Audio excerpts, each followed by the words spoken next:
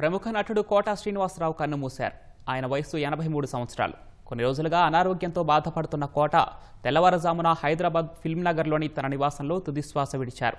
1942 July 10న Krishna జిల్లా కంకిపాడిలో quota Srinivasarao జన్మించారు. 1968లో రుక్మిణిని వివాహం చేసుకున్నారు. ఆయనకు 2 కుమార్తెలు, 1 కుమారుడు. 2010 జూన్ 21న జరిగిన రోడ్డు ప్రమాదంలో కుమారుడు కోటా ప్రసాద్ మరణించారు. సినిమాల్లోకి రాకముందు కోటా శ్రీనివాసరావు స్టేట్ బ్యాంకులో పనిచేశారు. తెలుగుతో పాటు తమిళం, హిందీ, కన్నడ చిత్రాల్లోనూ నటించారు. నట జీవితంలో 9 నంది పురస్కారాలు అందుకున్నారు. ప్రతిఘటన, గాయం, తీర్పు, లిటిల్ సోల్జర్స్, గణేష్, చిన్న, పెళ్లైన కొత్తలో, ఆ నలుగురు, పృథ్వీనారాయణ చిత్రాలకు నంది అవార్డులు అందుకున్నారు. 2015లో పద్మశ్రీ అందుకున్నారు. 1999 నుంచి 2004 వరకు విజయవాడ తూర్పు నియోజకవర్గ బీజేపీ ఎమ్మెల్యేగా పనిచేశారు. దర్శక నిర్మాత క్రాంతి కుమార్ వెండి తెరపై కోటా శ్రీనివాసరావుకు తొలి అవకాశం ఇచ్చారు. 1978లో ప్రాణం ఖరీదుతో సినీ రంగంలోకి అరంగేట్రం చేశారు.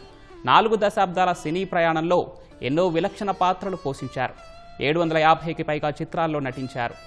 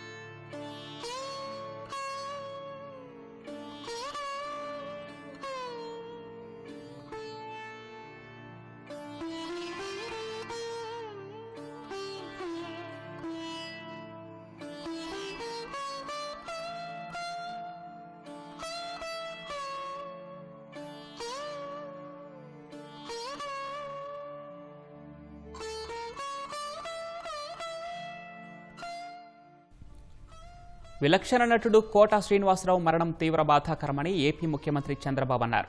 కోటా శ్రీనివాసరావుకు భౌతిక కాయానికి నివాళులర్పించిన చంద్రబాబు సినీ రంగంతో పాటు ప్రజాసేవలోనూ ఆయన రాణించారని గుర్తు చేశారు.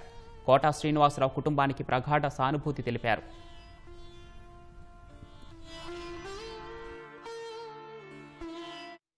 కోటా శ్రీనివాసరావు గారు చనిపోవడం చాలా బాధాకరం. మొన్నటి వరకు చాలా ఉత్సాహంగా చలనచిత్ర పరిశ్రమకు ఎనలేని సేవలు అందించిన వ్యక్తి. 40 సంవత్సరాలు నటనంటే ఏ విధంగా ఉండాలనో నటించి చూపించిన వ్యక్తి కోటా శ్రీనివాసరావు గారు. వారితో నాకు దగ్గర సన్నిహిత సంబంధాలు ఉన్నాయి. సమైక్య ఆంధ్రప్రదేశ్లో ముఖ్యమంత్రిగా ఉన్నప్పుడు కానీ, తర్వాత ముఖ్యమంత్రిగా ఉన్నప్పుడు కానీ, అదే సమయంలో ఆయన ఎమ్మెల్యేగా 1999లో నేను ముఖ్యమంత్రిగా ఉన్నప్పుడు బీజేపీ అలయన్స్తో ఆయన ఎమ్మెల్యే చేశాం. ఎమ్మెల్యేగా ప్రజాసేవలో కూడా బాగా రాణించాడు. సినిమా రంగంలోనే కాకుండా ప్రజాసేవలో కూడా బాగా కృషి చేసిన వ్యక్తి కోటా శ్రీనివాసరావు గారు. ఈ రోజు మనందరం కూడా ఆయన డైలాగులు చూస్తే ఒకే సీన్ లో ఏడిపించగలుగుతాడు, భయపెట్టగలుగుతాడు. అలాంటి అరుదైన సంఘటనల్లో అరుదైన నటనతో ఒక విలక్షణ నటుగా ప్రఖ్యాతి పొందిన వ్యక్తి. ఒక తెలుగే కాదు, తమిళ్, కన్నడ, హిందీ అనేక సినిమాల్లో 750 సినిమాల్లో నటించినటువంటి వ్యక్తి కోటా శ్రీనివాసరావు గారు. ఆయనకు పద్మశ్రీ అవార్డు రావడం, ఇవన్నీ కూడా 7 నంది అవార్డు కూడా వచ్చాయి. ఈ విధంగా అనేక అవార్డులు కూడా వచ్చాయంటే ఆయన చేసిన కృషి, ఆయన యొక్క ప్రతిభే కారణం. అలాంటి ఒక మంచి నటుడిని తెలుగు రాష్ట్రాలు కోల్పోవడం చాలా బాధాకరం. చలనచిత్ర పరిశ్రమ కోల్పోవడం చాలా బాధాకరం. వారి కుటుంబ సభ్యులకు నా ప్రగాఢ సానుభూతి తెలియజేస్తూ వారి ఆత్మకు శాంతి కలగాలని భగవంతుడు మనస్ఫూర్తిగా ప్రార్థిస్తున్నాను. మహానటుడు కోటా శ్రీనివాసరావు మరణం చాలా బాధాకరమని చిరంజీవి అన్నారు. కోటా శ్రీనివాసరావు పార్థివ దేహానికి ఆయన నివాళులర్పించారు. సుదీర్ఘ నట ప్రస్థానంలో కోటతో తనకు చాలా అనుబంధం ఉందని చిరంజీవి గుర్తు చేసుకున్నారు. విలక్షణమైన నటుడి మృతి సినీ పరిశ్రమకు తీరని లోటని ఆవేదన వ్యక్తం చేశారు. విలక్షణమైన నటనకి పరిపూర్ణమైనటువంటి రూపం కోటా శ్రీనివాసరావు గారు. మహానటుడు, ఒక లెజెండరీ క్యారెక్టర్ యాక్టర్. మా ఇద్దరి నట ప్రస్థానం కూడా ఒకే సినిమాతో ప్రారంభమైంది, అది ప్రాణం ఖరీదు.